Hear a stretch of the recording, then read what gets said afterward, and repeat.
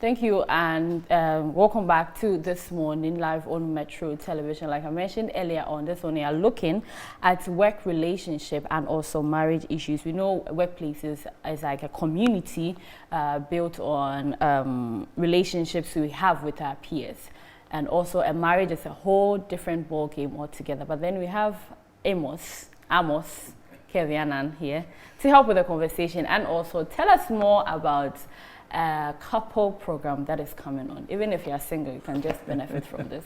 Amos, why are you laughing? Oh, well, I'm excited. Okay. This is my first time on your network. So okay. It's a real baptism. But you're a very big person small. In our community. Well, yeah. I am serving my generation and generations yet unborn. So to that extent, okay, I think you can say that. Yeah. Let's start the conversation. One would say, what is work relationship? Well, I mean, when you talk about work relationships, you're talking about relationships that are within a confined space, i.e. in a vocational setting. So persons who are masons, for instance, have a relationship with themselves as masons. And so there will be common language that they use amongst themselves. Yeah. Persons within the media space would also have likewise. And then if you go to the banking or the finance sector, it will also be the same. And then politicians have their language. And then persons who are in the space of religion or matters of faith, they also have their language. So this is peculiar to them, and it creates connection that gives them a certain identity for which reason they exist. And then different corporate settings will have different propositions in terms of what you call your value propositions. So Metro, for instance, would have particular identity that stands it out from other media houses. Yeah.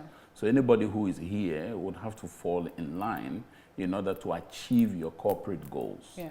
Yeah. Anybody who falls out of line then would endanger that kind of relationship that is supposed to be formed. Yeah. And this relationship, how can we build a good working relationship? Well, first and foremost, you must identify the various types of relationships in the workplace. So for instance, you and your colleagues, persons who are of the same bracket, you and your supervisors or superiors. Yeah. You have to form a certain kind of relationship which is different from that which you have with your colleagues. Yeah. And those who are in the sisterhood, so you are Nanaya, girls. There are certain handshakes, there are certain touches that you can do with them which you can't do with your supervisor or superior officers. Yeah. Okay. Then there will be persons who provide, for instance, janitorial services. They tend to be the cleaners, and usually in every setting you find that they are the lowest end. What kind of relationship do you form with them? Yeah. You can either have what we call a condescending relationship where you look down upon them, or you have an enabling relationship which makes you connect nicely with them without any fault. Yeah. So there are different kinds of relationships, and if you want to build any one of them, you need to identify the relationship first and look for what you are seeking to achieve with the relationship. And then you would have persons like myself coming here who don't work here, but maybe providing content or some conversational services. Yeah. And so what kind of relationship are you going to have with me? It won't be the same as what you have with your colleagues. Yeah. So in all this, why should an employer or employee understand the importance of work relationship? Well, I mean, without congenial atmosphere, you cannot build good relationships. Okay. So the atmosphere which is created in the workplace in itself would either facilitate or undermine relationship building. Okay. Now, for instance, we want people to achieve corporate ends, certain targets that have been given them. If there is mistrust, it affects it. If there is bias, it affects it. Okay. If there is discrimination, it affects it. Yeah. Favoritism, it affects it. Yeah. But when we work as a team seeking to achieve the same ends, you notice that our energies the synergy which is created helps us to achieve. Yeah. So I like the definition of team, T-E-A-M, together each achieves more. Okay. Together each achieves more. Yeah.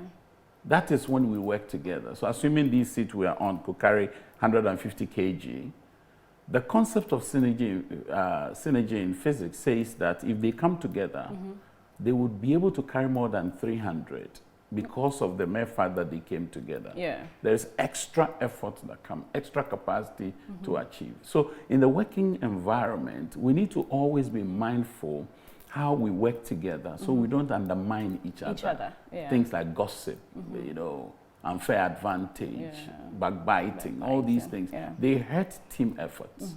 They do. Okay. Before we start talking about the couples program, as a relationship specialist, I want you to help us understand from your years of experience, what is marriage? Well, I mean, different classes of community define marriage differently. For some, it is two adults who consent to be together with or without any state authorization. Yeah. It's marriage. Yeah. That's cohabitation. For others, you have to go through a certain religious rites in order to be able to be described as a married person. Yeah. But I will simply say that it's a relationship that is taken from not just a courtship setting into a place where it is formal between a matured male and a matured female. Okay. Okay. I know there are other expressions of it, but where I sit, I'm a binarist, so I believe in the binary expression of human beings, and therefore I will speak to that.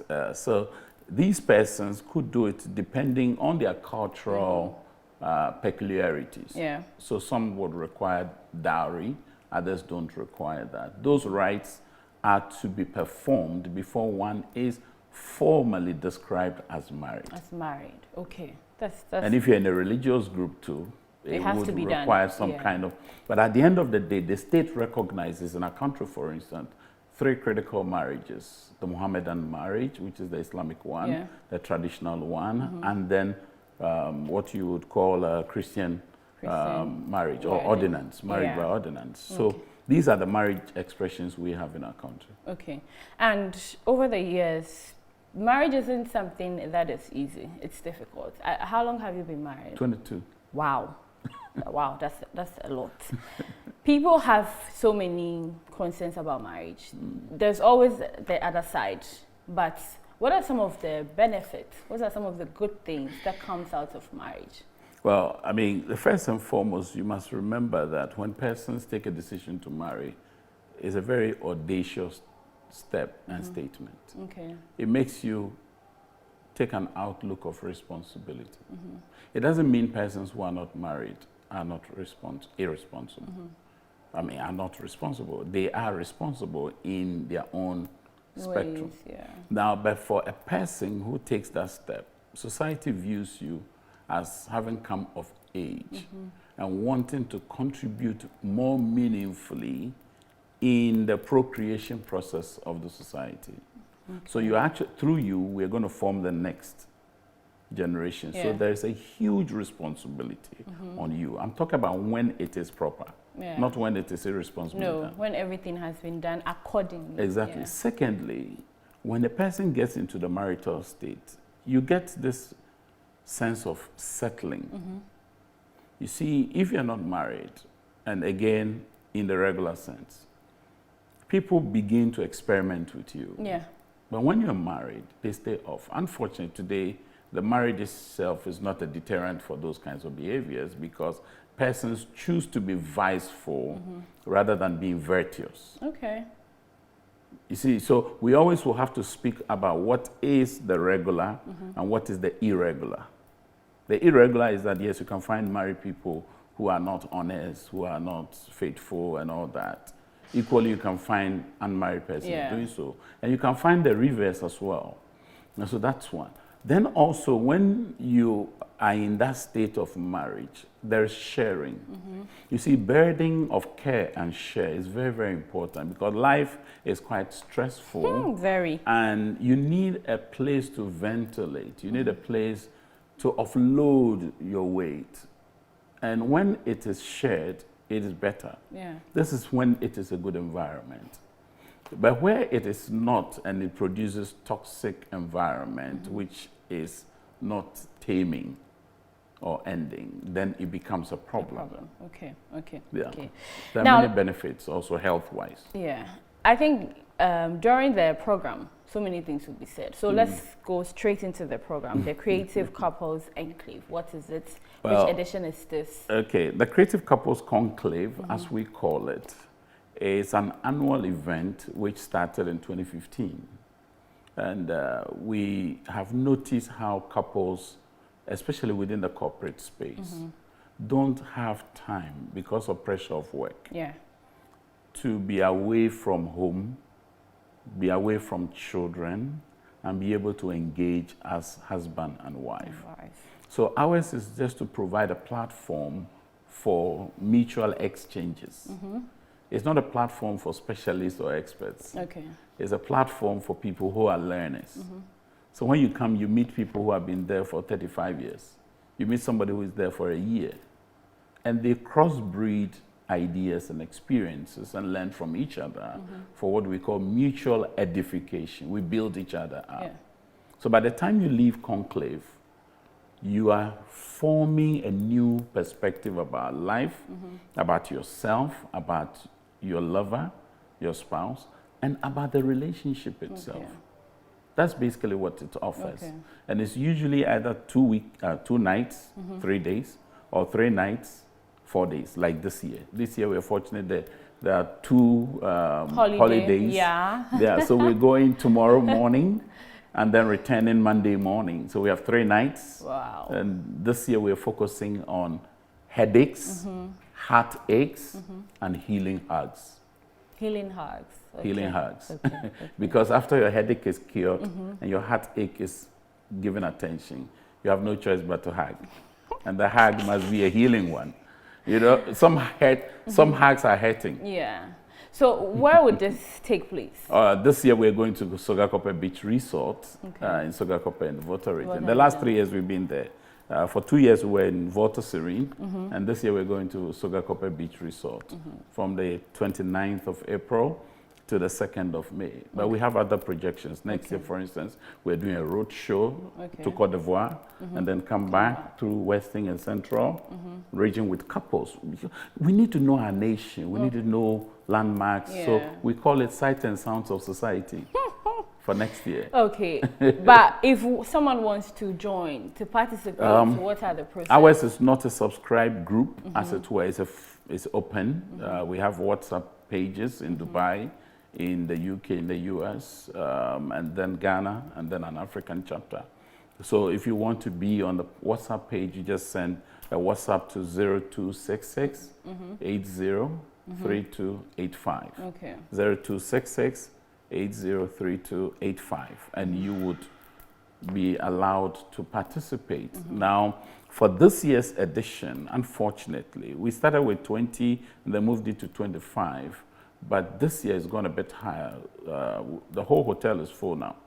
So we can't take people. And for that reason, the sessions, presentations are going to be on my website. So you would have to buy a voucher because it's done by a tech company. And you buy the voucher so you can participate virtually in the sessions. Other things that go on, like the massages, the cruise, the personal conversations, the group discussions, you won't get that because that one is not going to go live. Are you going to be their only relationship specialist? No, I'm not going to be. My wife and I are conveners. I'm the curator and co-convener with my wife.